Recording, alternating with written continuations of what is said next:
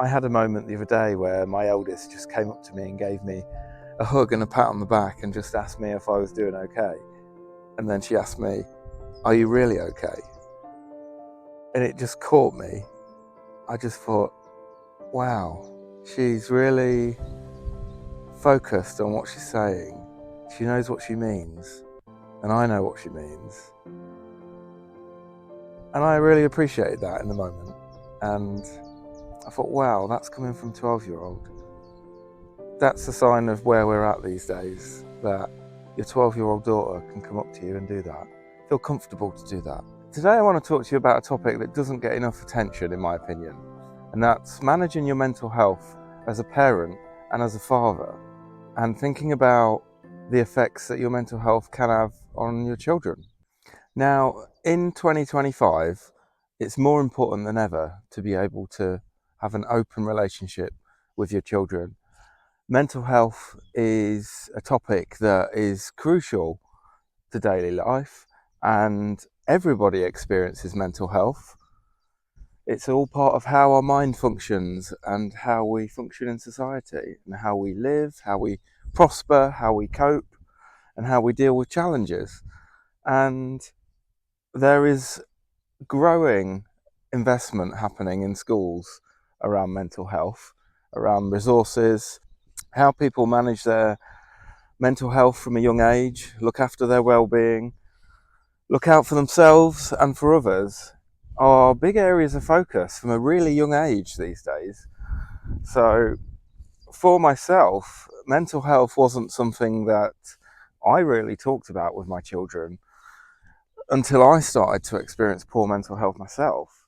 So certainly looking after your well-being and your body and your mind, and having good habits and good practices in your day-to-day life has always been important for me.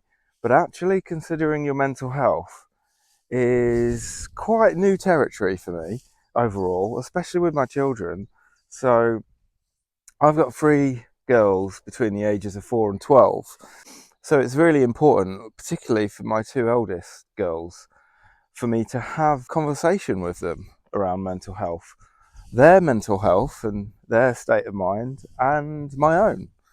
So I, if you like, was, I guess, pushed into talking about my mental health with them because ultimately it was lifestyle and it was circumstances. When I was off long-term sick with depression, I felt there was no way to keep it from them. So I had to have that conversation with them about my depression and about how it was affecting me.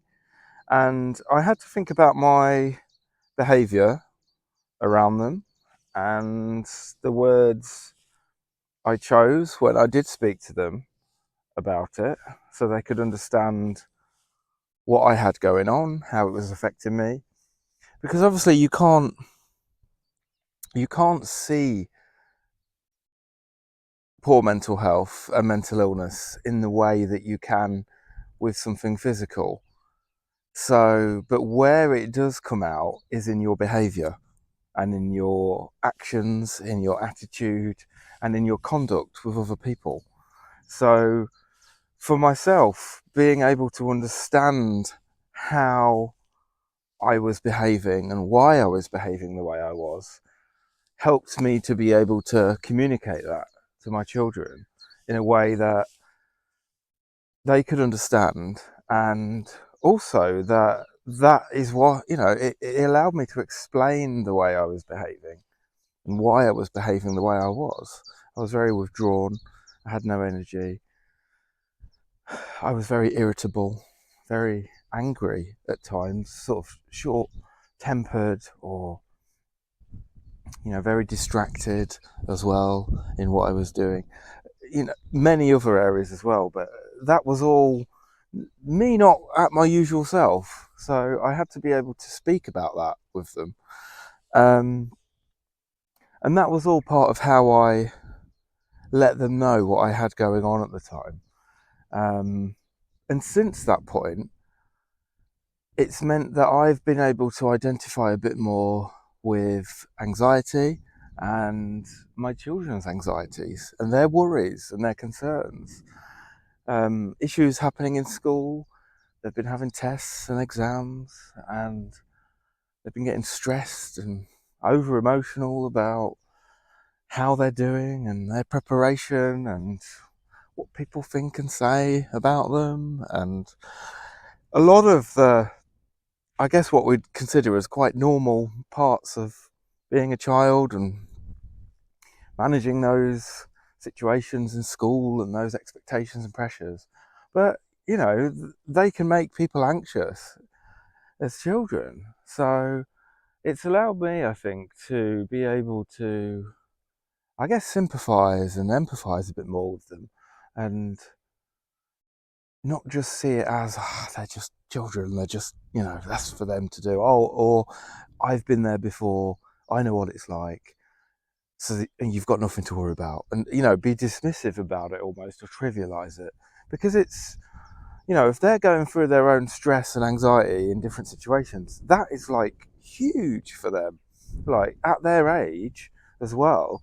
Quite often when they're going through experiences, where they fall out with a friend, those sorts of things, they're like groundbreaking experiences. If you're only like sort of 10 years old or something, it's, that makes a big difference to how someone goes forward, in how they communicate with other people and how they deal with other friends, or, you know, what their confidence levels are like, because they're still developing as people. They've got many more years to go yet. But so for me, talking about my mental health definitely allowed me to understand my children's mental health a lot more, and try to put myself in their shoes, perhaps a lot more than I would have done in the past. So I think there's definitely a lot that I've learned through that experience, and through being able to understand what it's like for them. I mean, some might say that kids have got it easier these days because there's a lot more technology at their fingertips. It's easier to be able to access information now, and everything's always planned ahead. You can get to things online very easily. There's more resources, there's more support and help out there than perhaps there was decades ago. But actually, it's much more complex for them. There's still a lot of expectations for them to manage, and that's a lot to take on from a young age. So I do, I do feel for them. There's a lot going on, and even like things like exams now. There's so much in the way of like variety of subjects and expectations, not just to sit exams, but actually to get really high grades and really focus on that quality of research and the time that they have to put in. And there's a lot more tests these days they have to do as well. So there's a lot on their shoulders. There is. So it's all very different to 20 years ago or so, when I was well, a bit more than that, but when I was at their age. So some of the points I've learned through speaking to my children about mental health is that it's allowed me to open up and be more vulnerable to them, and to be more human. That the way I act and the things I might say or the behaviours I might show are to do with what I have happening around my depression and anxiety, and pressures in life, and other things that might be causing it. And being vulnerable and being able to open up allows them to understand more about why I'm the way I am. I do worry that giving them too much information might make them kind of paranoid or anxious themselves, or think that perhaps, oh, that's what I will be like when I'm older. I do worry about that. So I think I do pick my moments when I talk to the children about how I'm doing. But it's important, I think, even still, to have that openness with them. And I think there's a balance between not putting too much pressure on them, that they feel that they have to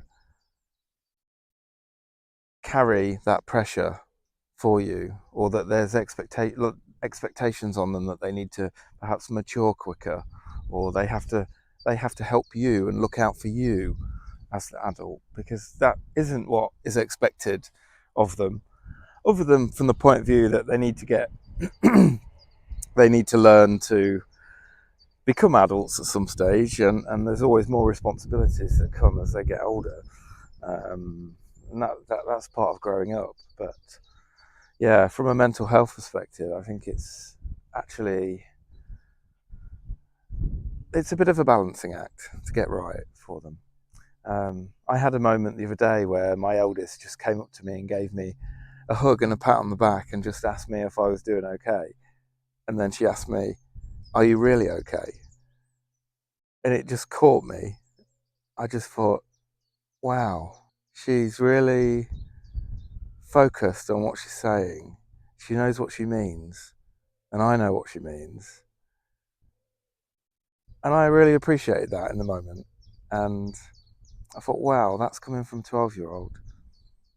That's a sign of where we're at these days, that your 12-year-old daughter can come up to you and do that, feel comfortable to do that. And that's a sign how far we've progressed. And I don't see that as a sign of weakness, that my daughter will do that. I see that as a sign of strength and the type of relationship we have and our understanding of mental health. By me being open about my experiences, my children can relate and understand, and they can give that right attention at the right time and just say, "I see you, I hear you, I'm just checking in on you." And that's a real sign of maturity as well, for your child to be able to do that. So, but all of this is a work in progress for me. It's new experience, it's new territory. And I'm just a dad doing his thing, trying to do the best for my kids in the way that I can.